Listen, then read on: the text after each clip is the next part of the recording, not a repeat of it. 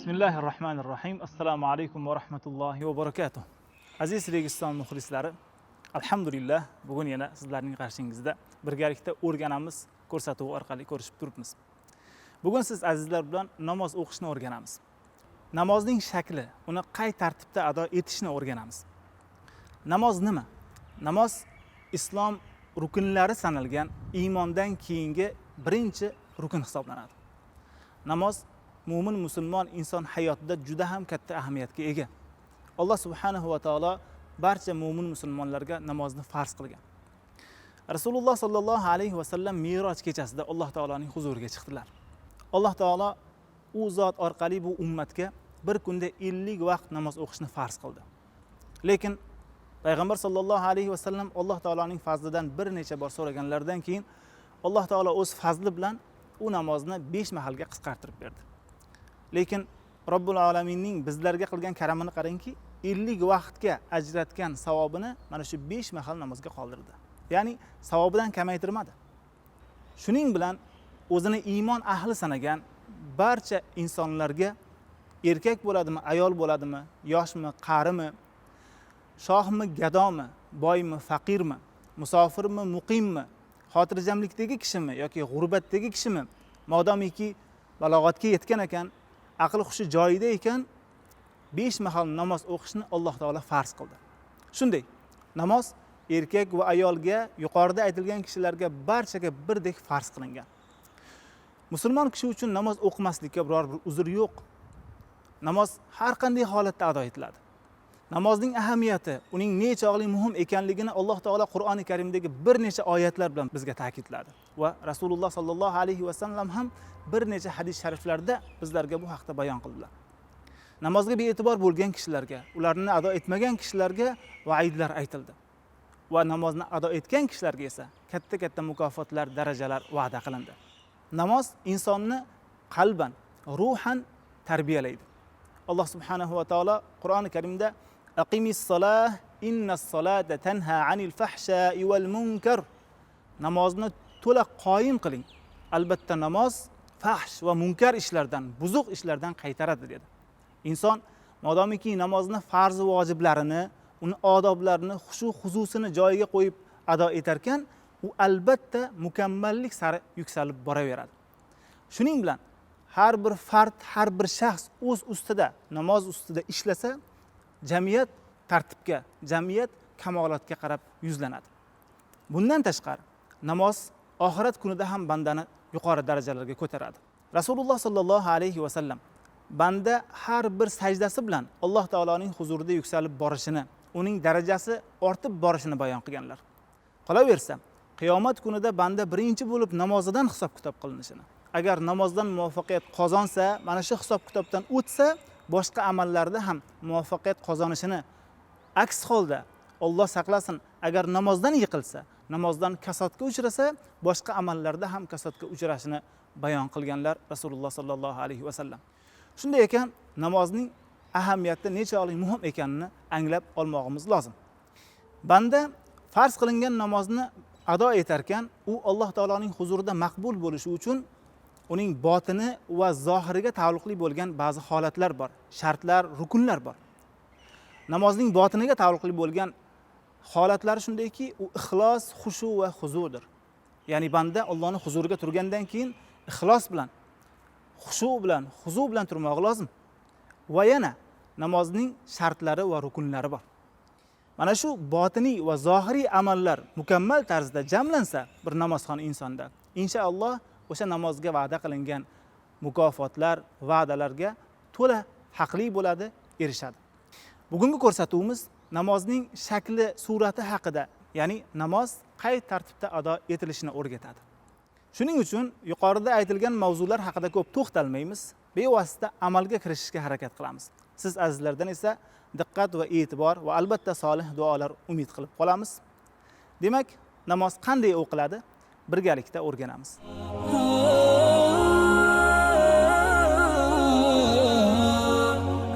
Oldinroq aytganimizdek, namoz durust bo'lishi uchun va Alloh taoloning huzurida maqbul bo'lishi uchun uning shartlari va rukunlari bor. Inson namozga kirishdan oldin ham va namoz asnosida ham unga diqqat bilan e'tibor berish kerak. aks holda namoz durust bo'lmay qoladi. Ya'ni namozni to'g'ri ado etgan hisoblanmaydi.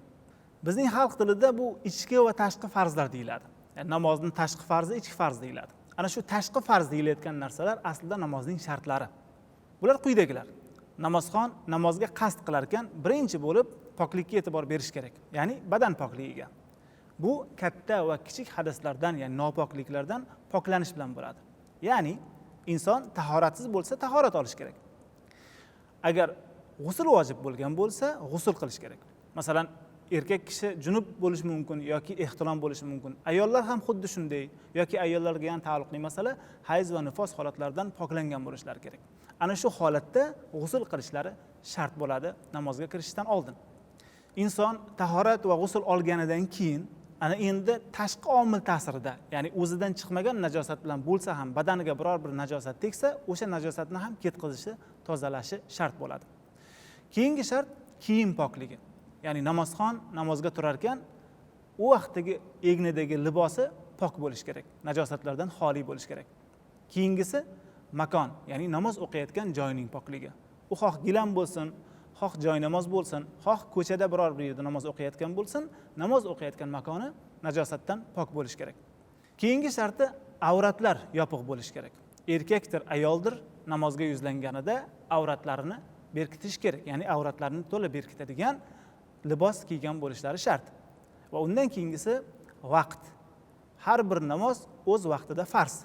Qaysi namozga kirishdan oldin o'sha namozning vaqti kirganiga to'la ishonch hosil bo'lish kerak. Bu navbatdagi sharti. Va keyingi sharti qibla.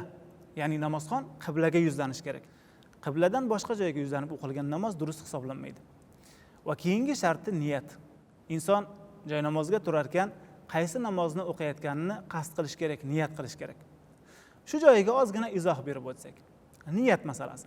Hammamizga ma'lumki, niyat qalb ishi. Inson har qanday ish qilishidan oldin albatta niyat qiladi.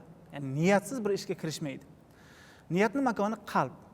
Lekin fuqaholar namozda niyatni tilda aytish mustahab deydilar. Nega? Chunki yuqorida aytdikki, niyat namozning shartlaridan biri. Ya'ni farzi, o'sha tashqi farzi deyotganmiz. Ana shu farz, o'sha shart topilmasa namoz bo'lmaydi dedik. Endi inson joy namozga turganida qalbini hozirlab olishi shart bo'lgandan keyin uni xush xayoli boshqa narsalardan xoli bo'lish kerak. Shuning uchun ham fuqaholarimiz qalbdagi niyatni hozirlashda til yordamchi bo'ladi degan maqsadda til bilan talaffuz qilish niyatni mustahabligi hikmati shunda. Yana bir e'tibor berish kerak bo'lgan jihati bor. Ba'zi kishilar til bilan aytishning o'zigagina cheklanib qoladilar. Ya'ni yo forschadir yoki o'zbekchadir namozda niyat qilishni o'rganib olganlar, namozga niyat qiladilar, u yodlab olingan, lekin o'sha niyat asnosida ko'zlari har yoqda bo'ladi, xayol ham hatto ba'zida har yoqda bo'ladi. Bu til yodlab olgani uchungina qaytaradi xolos, lekin qalb o'sha niyatni qilmaydi. Ya'ni qalb to'la namozga qasd qila olmaydi. Bu ham xato. Demak, niyat masalasida lafz bilan qalb mutanosib bo'lish kerak. Bir vaqtning o'zida hozir bo'lsa, inshaalloh til bilan aytish mustahabdir degan hikmatga, degan qavulga to'laqonlik tushadi. Agar inson yolg'iz o'zi namoz o'qiyotgan bo'lsa, niyatni o'zi uchun qiladi. Endi bir jamoat namoz o'qiyotgan bo'lsa, ularning ichida birlari imomga o'tadi. Imom ham o'zi uchun niyat qiladi. Lekin unga iqtido qilgan kishilar namozga niyat qilish bilan birga imomga iqtido qilishni ham niyat qiladilar. Bular namoz boshlangungacha bo'lgan shartlar. Endi mana shu shartlar topildi. Demak, inson namozga hozir. Kiyimi pok, tahoratli, qiblaga yuzlangan, avratlar berkitilgan va niyat qildi, qasd qildi, namozga kirishadi. Endi namoz durust bo'lishi uchun namozning ichidagi ba'zi rukunlar bor. Namozxon namoz asnosida ularga amal qiladi. Ular avvalgisi takbir tahrima. Namozxon joy namozga turib niyat qilganidan keyin Allohu akbar takbiri bilan namozga kirishi shart. Bu namozning rukunlaridan birinchisi. Keyingisi qiyom. Qiyom tik turish. Ya'ni namozxon tik turishga qodir bo'lsa, albatta namozda qiyomda turishi shart. Ya'ni tik holatda turishi shart. Bu namozning ikkinchi rukni. Keyingi rukni qiroat. Namoz qiroat bilan bo'ladi. Qiroat ham bo'lishi shart. Undan keyingisi ruku ado etilishi kerak. Va keyingisi sajda va oxirgisi namozning oxirida tashahhud miqdoricha o'tirish. Bular rukunlarning nomlari. Ya'ni nima ekanligini hozir aytdik, lekin ularning adadi qancha bo'lishi, miqdori qancha bo'lishini fiqhiy kitoblardan batafsil o'qib o'rganiladi. Masalan, qiroat qancha miqdorda bo'lishi, rukuda qay tarzda turish yoki sajdada qay a'zolar bilan sajda qilish, mana shu holatlar batafsil fiqhiy kitoblarga murojaat qilib o'rganiladi. Hozir biz namozning shartlari va rukunlarini aytdik. Hozir biz mana shu aytilgan gaplarga ko'ra namozni tashqaridan endi qay tarzda o'qilishini ko'rsatib beramiz. Bunda 4 rakatli farz namozini tanlaymiz. 4 rakatli farz namozi qay shaklda ado etilishini ko'rsatib beramiz. Ayollar namozining erkaklar namozidan farq qiladigan o'rinlarini ham gapirib o'tamiz. Va farz namozini bitirganimizdan keyin sunnat va vitr namozi qanday o'qilishini ham qisqacha aytib o'tamiz. Bevosita namozga kirishdan oldin to'xtaladigan oxirgi narsamiz shuki, bir kunlik 5 mahal namoz 2 qismga bo'linadi. Jahriy va maxfiy namozlar. Qiroatlari ovoz chiqarib o'qiladigan namozlar jahriy namozlar deyiladi. Qiroatlar ichida o'qiladigan namozlar bular maxfiy namoz deyiladi. Bomdod, shom va xufton namozlari jahriy namoz, peshin va asr namozi esa maxfiy namoz hisoblanadi. Yolg'iz namozxon jahriy namozlarda ovoz chiqarishi yoki chiqarmasligi ixtiyoriy bo'ladi. Ya'ni bir kishi o'zi yolg'iz namoz o'qiyotgan bo'lsa, xohlasa jahriy namozda ovozini chiqaradi, xohlasa maxfiy suratda o'qiydi o'shani ham. Lekin bir jamoat namoz o'qiyotgan bo'lsa, ularning ichida birlari imomga o'tgan bo'lsa, imom jahriy namozlarda ovozini chiqarishi vojib hisoblanadi. Demak, endi bevosita namozni qay shaklda ado etishni ko'rsatishga kirishamiz. Sizlardan diqqat va e'tibor so'raymiz.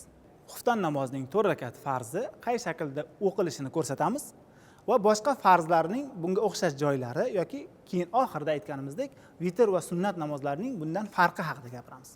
Ko'rsatuvning maqsadi o'rgatish bo'lgani uchun namozda maxfiy suratda qilinadigan zikrlarni ham ovoz chiqarib qilamiz. Va albatta namozdagi zikrlar, tasbihlarda qachon ovozni ko'tarish kerak va qachon tushirish kerakligini ham aytib o'tamiz. Niyat qilib namozga kirishishdan oldin birinchi ishimiz demak takbir tahrima bo'ladi. Uni suratini ko'rsatamiz va qiyomda turish holatini ko'rsatamiz. Qiyom holati mana shunday. Ya'ni inson tik turish kerak, qiblaga yuzlangan bo'lish kerak va oyoqlar orasi 4 enlik, ya'ni mana shu 4 barmoq miqdorida ochiladi. Inson o'zini vazniga qarab, ya'ni vaznini mutanosibligini ushlash maqsadida oyog'ini kattaroq ochsa ham bo'ladi. Masalan, yelka barobar. Bo'lmasa, afzal holati mana shu holat, chunki bu tavozuga yaqin holati. Qiyomimizni holatini aytdik va bu holatda ko'z sajda o'rniga qarab turgan bo'ladi. Ya'ni inson namoz o'qiyotgan vaqtda to namozni boshidan oxirigacha sajdaga qaraydi. Faqat ruku holatida oyoqlarning orasiga qaraydi. Demak, niyat qildik, xufton namozining 4 rakatli farzini o'qishga kirishamiz.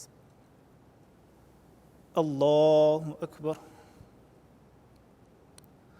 Bu takbir tahrima bilan namozga kirish. Takbir tahrimada kaftlar ochilgan bo'lish kerak va quloqlar barobar ko'tariladi. Quloqlar barobar ko'tariladi. Mana shu asnoda takbir aytish boshlanadi. Toki keyin qo'l bog'languncha mana shu jarayonda takbirni ham boshlanish bilan tugash nuqtasi qo'lni ko'tarish bilan bog'lash nuqtasiga mutanosib bo'lgani afzal. Allohu akbar. Bu mutanosibligini ushlash holati. Keyin qo'llarni demak quloqlar barobargacha ko'tardik, qiblaga qarab ochdik. Qo'llar bunday yopilmaydi yoki quloqlar ushlanmaydi, balki qiblaga qaraydi. Va undan keyin qo'l bog'lash holati esa chap kaftimiz ustiga o'ng kaftimizni qo'yamiz. Mana shunday suratda qo'yiladi. Va bosh barmoq bilan jimjiloq birinchi bo'g'inni mana shunday suratda qisadi. Shu holatida ushlanib, qo'llar kindik ostiga qo'yiladi. Keyin qo'l bog'laganimizdan keyin birinchi bo'lib sano o'qiymiz. Sano deb subhanakallohumma va bihamdik deb boshlanadigan duoga aytiladi. Sano duosini ichimizda o'qiymiz. Mana shu o'rinda yana eslatib o'tish kerakki, ichimizda o'qiymiz degani namozdagi ba'zi zikrlarni inson ichida qilish kerak. Yoki yuqorida aytganimizdek peshin bilan asr namozini ichida o'qish kerak. Ichida o'qish degani umuman labi qimirlamasdan, talaffuz qilmasdan o'qish degani emas. Ba'zi insonlarda kuzatiladigan narsa namozga kirishadida umuman labi ham qimirlamaydi, tili ham qimirlamaydi. Bu xato. Balki uning eng oz miqdori, ya'ni maxfiy namozning eng oz miqdori inson o'zi qilayotgan zikrini yoki qiroatini o'zi eshitishi kerak. O'zidan chiqayotgan talaffuz o'ziga eshitilishi kerak. Masalan, jamoat namozi bilan oldida birorta insonni bor deb tasavvur qilgan taqdirimizda unga xalaqit qilmaydigan darajada, aks holda u jahriy namozga aylanib ketadi, lekin o'ziga eshitilishi shart. Sano duosi ham o'ziga eshitilib o'qiladigan duo. Biz buni ovoz chiqarib o'qiymiz. Allohu akbar. سبحانك اللهم وبحمدك وتبارك اسمك وتعالى جدك ولا إله غيرك أعوذ بالله من الشيطان الرجيم بسم الله الرحمن الرحيم. Sano duosi bilan a'udhu va basmalalar mana shunday ketma-ketlikda aytiladi. Birinchi sanoni aytdik, keyin a'udhuni, keyin bismillahni aytdik, undan keyin qiroat qilinadi. Endi qiroatni ovoz chiqarib qilamiz. Alhamdulillahi robbil alamin.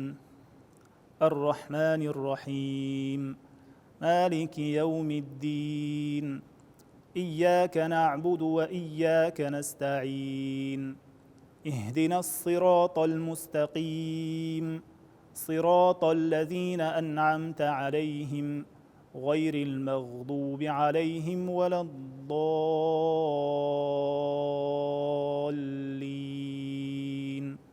آمين. Jahriy qiroatdan keyin maxfiy suratda ominni aytamiz. Va keyin zam sura o'qiymiz. Zam sura deb umuman Fotiha surasidan boshqa har qanday yodlagan suralarimizga aytiladi. Va bu o'rinda bismillah aytilmaydi. Namozning har bir rak'atini boshida bir marta bismillah aytishi oxirigacha kifoya qiladi. Inna a'taynakal kawthar fasalli li robbika wanhar inna shani'aka huval abtar. Demak, qiroat qildik, Fotiha surasini o'qidik, Zam sura o'qidik. Endi bevosita rukuga ketamiz. Rukuda bel, bosh va orqa taraf tekis turish kerak. Boshni ko'tarib tushirib yubormaymiz va tizza ham tekis turish kerak. Qo'llar bilan esa tizza changallanadi, ushlanadi. Tizzani pastiga yoki tepasiga qo'yilmaydi qo'l, balki tizzani ustiga qo'yiladi va u vaqtda demak ko'zimiz, oyog'imiz orasida bo'ladi. Buni surati quyidagicha. Allohu akbar. Subhan robbiyal azim. Subhan robbiyal azim. Subhan robbiyal azim. Sami'allohu liman hamidah. Rukuda 3 marta tasbih aytdik. Subhan robbiyal azim deb. Bu tasbihlar ham inson ichida o'qiydi. Va sami'allohu liman hamidah deb rukudan turiladi. Mana shu mutanosiblikni, ya'ni rukuga ketish asnosidagi yoki sajdaga ketish asnosidagi yoki rukudan turish asnosidagi zikrlar, takbirlarni harakatimiz bilan mutanosib shaklda qilishga harakat qilamiz. Sami'allohu liman hamidah, robbana lakal hamd deb turdik. Yolg'iz namozxon ikkalasini ham aytadi. Sami'allohu liman hamidah deb ko'tariladi. Bu paytda ovozini chiqaradi. Robbana lakal hamdni ichida aytadi. Agar jamoat namozi bo'lib oldinda imom namoz o'qiyotgan bo'lsa, Sami'allohu liman hamidahni imom ovoz chiqarib aytadi, orqada iqtido qilganlar esa ichlarida Robbana lakal hamd deydilar. Biz rukuga borib rukudan qaytgan holatni ko'rdik. Endi rukudan turgandan keyin bir muddat turiladi. Yuqorida aytilgandek, bu namoz, ya'ni Alloh taolo eng yaxshi ko'radigan ibodat, biz Alloh taolaning qarshisida turibmiz. Shunday ekan, har bir harakatimizni namozda sokinlik bilan, xotirjamlik bilan, xushu-xuzur bilan ado etishga harakat qilishimiz lozim. Rukudan turdik. Endi sajdaga boramiz. Sajdaga borishda ham Allohu akbar deymiz. Takbir bilan boramiz. Bu vaqtda birinchi tizza, keyin ikki kaft, keyin peshona va burun yerga tegadi. Sajda holatida ham 3 marta Subhan robbiyal a'la tasbih aytamiz. Ovozlarimiz maxfiy suratda bo'ladi. Qo'limiz ochilish miqdori yelka baravargacha bo'ladi sajda holatimizda va boshimizning ro'parasida bo'ladi. Tirsaklarimiz biqinimizdan uzoq bo'ladi va qorinlarimiz sonimizdan uzoq bo'ladi. Va ikki oyog'imizning uchi ham qibla tomon buklangan holatda bo'ladi. Suratda quyidagicha. Allohu akbar. Subhan robbiyal a'la. Subhan robbiyal a'la. Subhan robbiyal a'la. Allohu akbar. Bu birinchi sajdadan turgan holatimiz. Sajdadan turganimizda qo'llarimiz tizza bilan barobar bo'ladi va mo'tadil, xotirjam suratda qo'yamiz. Va shu holatda ham chap oyog'imiz ustiga o'tiramiz. Chap yonboshimizni chap oyog'imiz ustiga qo'yamiz. O'ng oyog'imizni esa uchini qiblaga qaratib tikka holatda ushlaymiz. Sajdadan turganda ham birinchi sajdadan keyin yana rukudan turganimiz kabi bir xotirjam tin olib bir on ozgina vaqt ikkinchi sajdaga boramiz va ikkinchi sajdadan keyin bevosita qiyomga turamiz. Allohu akbar. سبحان ربي الأعلى سبحان ربي الأعلى سبحان ربي الأعلى. Allohu akbar. Biz birinchi rakatni ado qildik hozir. Hozir ikkinchi rakatni qiyomida turibmiz. Ikkinchi rakatda Allohu akbar deb takbir tahrimiya qilmaymiz. Sano o'qilmaydi ikkinchi rakatda. Sano boshida o'qildi, bir marta hisob. Va a'udhu ham aytilmaydi, balki rakat uchun bismillah deb Fatihani va yana Zam surani o'qib, xuddi birinchi rakatdagi kabi davom etaveramiz. Bismillahirrohmanirrohim. Alhamdulillahi robbil alamin. Ar-Rahmanir Rahim. Maliki yawmiddin. إياك نعبد وإياك نستعين اهدنا الصراط المستقيم صراط الذين أنعمت عليهم غير المغضوب عليهم ولا الضالين آمين. قل هو الله أحد الله الصمد لم يلد ولم يولد ولم يكن له كفوا أحد. الله أكبر. سبحان ربي العظيم سبحان ربي العظيم سبحان ربي العظيم. سمع الله لمن حمده ربنا لك الحمد. الله أكبر. سبحان ربي الأعلى سبحان ربي الأعلى سبحان ربي الأعلى. الله أكبر. الله أكبر. سبحان ربي الأعلى سبحان ربي الأعلى سبحان ربي الأعلى. Allohu akbar. Ikkinchi rakatni qadasida o'tiribmiz. Endi hozir bu holatda o'tirib at-tahiyotni o'qiymiz. U ham maxfiy suratda o'qiladi.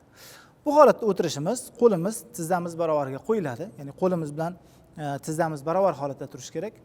Xotirjam, mo'tadil holatda turamiz va chap oyog'imizni ustiga o'tiramiz, xuddi ikki sajdani orasida o'tirganimiz kabi. O'ng oyog'imiz esa uchini qiblaga bukkan holatda, tikka holatda tutib turamiz. At-tahiyotni boshlaymiz. Undan keyin o'rtada ishora-i sabboba bor. Ishora-i sabboba payg'ambar sollallohu alayhi vasallamning sunnatlari.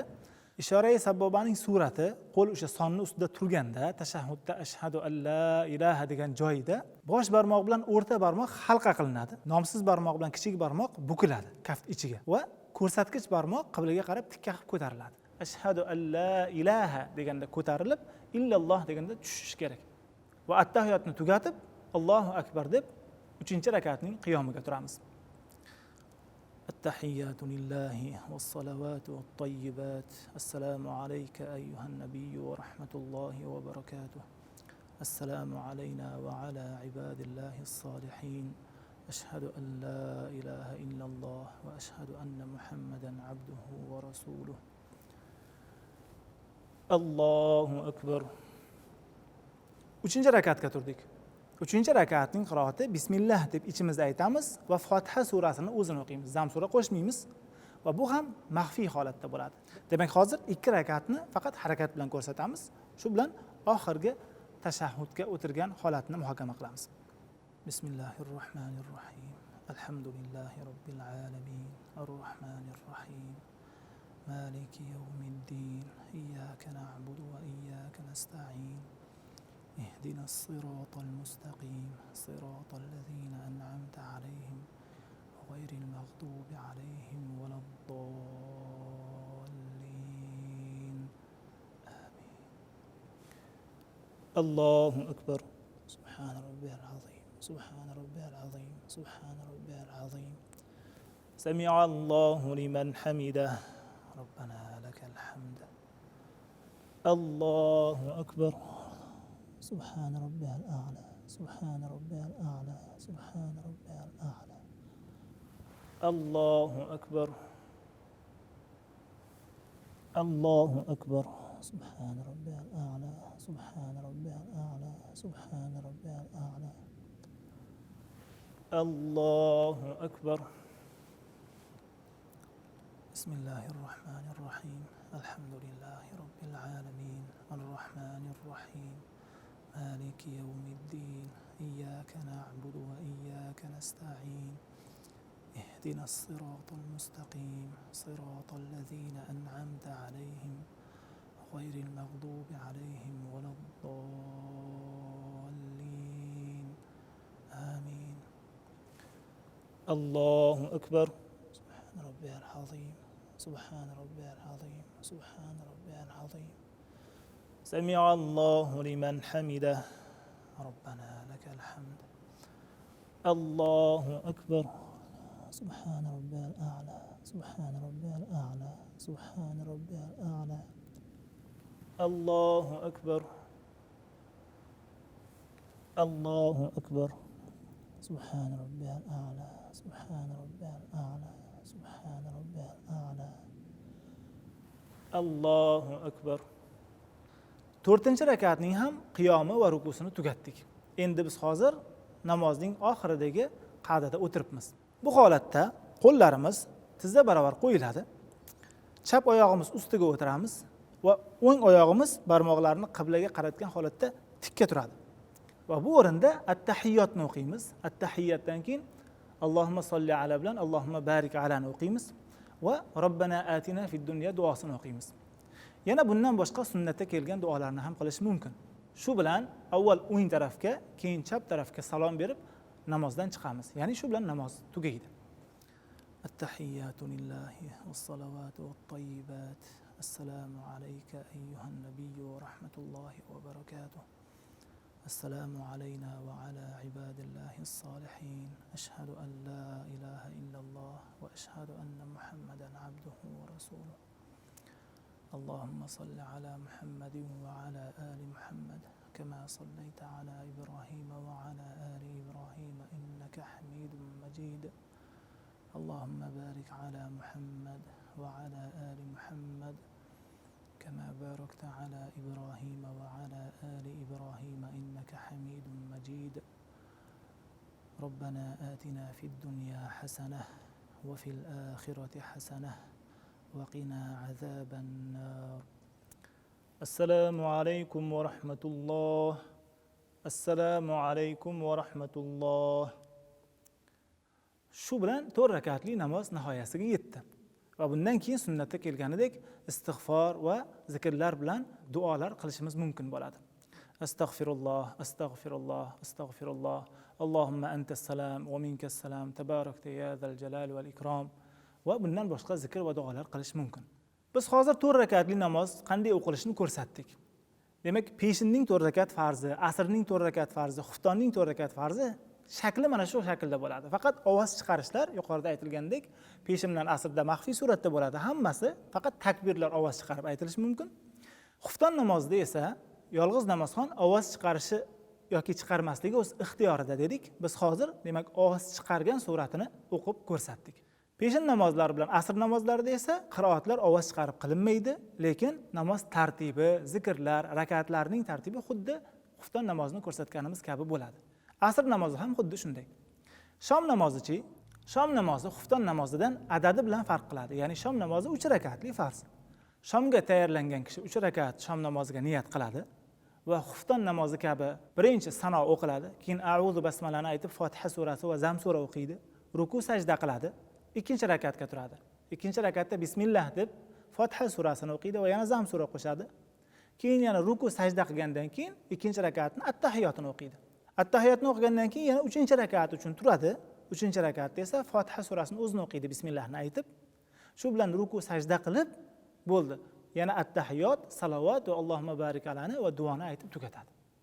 Faqat 1 rakat kam xolos xufton namozidan. 2 rakatli bomdod namozi esa xuddi xufton namozining dastlabki 2 rakatidek faqat niyat demak bomdodga qilinadi.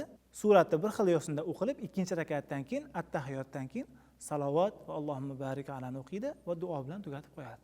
Ya'ni 3-rakat, 4-rakat yo'q bomdod namozida.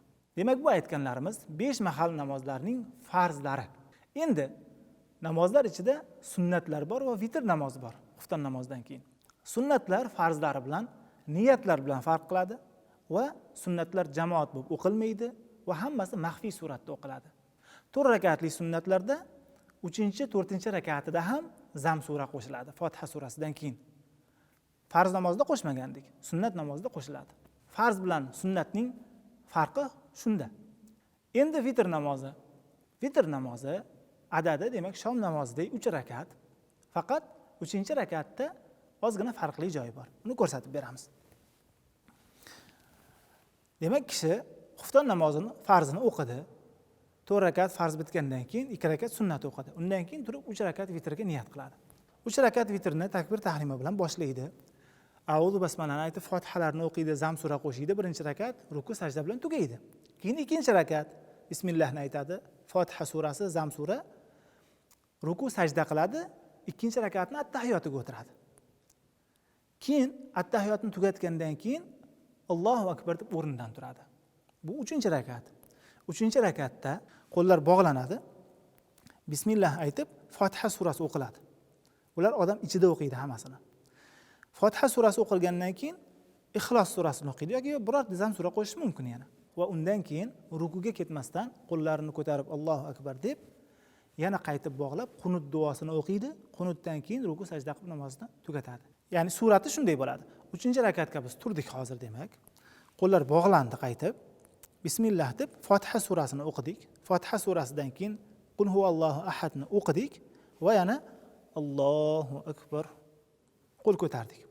Va qunut duosini o'qiymiz. Qunut duosi quyidagicha: Allohumma inna nasta'inuka va nastaghfiruka va nu'minu bika va natawakkalu alayk va nuthni alayka al-khayr va nashkuruka va la nakfuruka va nakhla'u wa natruku man yafjuruk.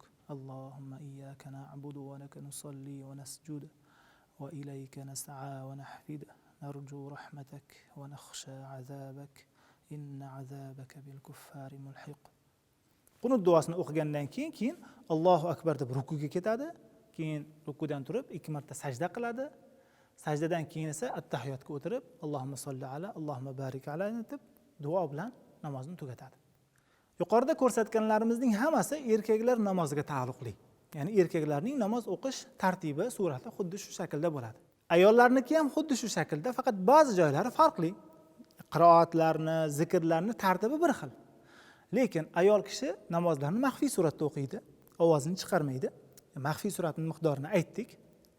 Va boshida namozga kirishda Allohu akbar deganda qo'llarini yelkalari barobar ko'taradilar. Va qo'llarini ko'kslari ustiga qo'yadilar. Bu holatda chap kaftlari ustiga o'ng kaftlari qo'yiladi. Shu holatda bo'ladi. Keyin ruku holati esa erkaklarnikidan sal qaddi tikkaroq bo'ladi. Lekin qo'llar tizzaga yetishi shart.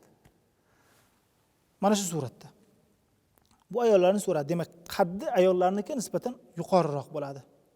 Va rukudan turgandan keyingi holatlar, zikrlar o'sha, keyin sajdaga borganda sajda holatida esa qo'llari boshga yaqinroq, tirsaklari ham biqinga yopishgan bo'ladi va yerga ham yaqinroq bo'ladi va qornlari sonlariga tegadi. Keyin yana o'tirish holatida ayollar chap oyoqlarini ham, o'ng oyoqlarini ham o'ng tarafdan chiqarib oladilar, ya'ni chap yonboshlari ustiga o'tiradilar. Ayollarning namozlari erkaklar bilan shu suratlarda farq qiladi. Yaxshilar, bir kunda ado etilish kerak bo'lgan 5 mahal namoz o'qilishi mana shu. Biz yuqorida kirish qismida aytdikki, bu namoz musulmonlarning Alloh taoloning quli ekanligi haqida, ya'ni bandaning Alloh taologa qullikni izhor qilishdagi eng oliy nishonasi bo'ladi. Alloh taolo mana shu namozimiz sababli dunyo va oxiratda bizlarga saodat beradi, xotirjamlik beradi. Alloh taolo hammamizni namozlarini mukammal tarzda ado etadigan bandalardan qilsin va zurriyotlarimizdan ham namozxonlarni chiqarsin. Assalomu alaykum va rahmatullohi va barakatuh.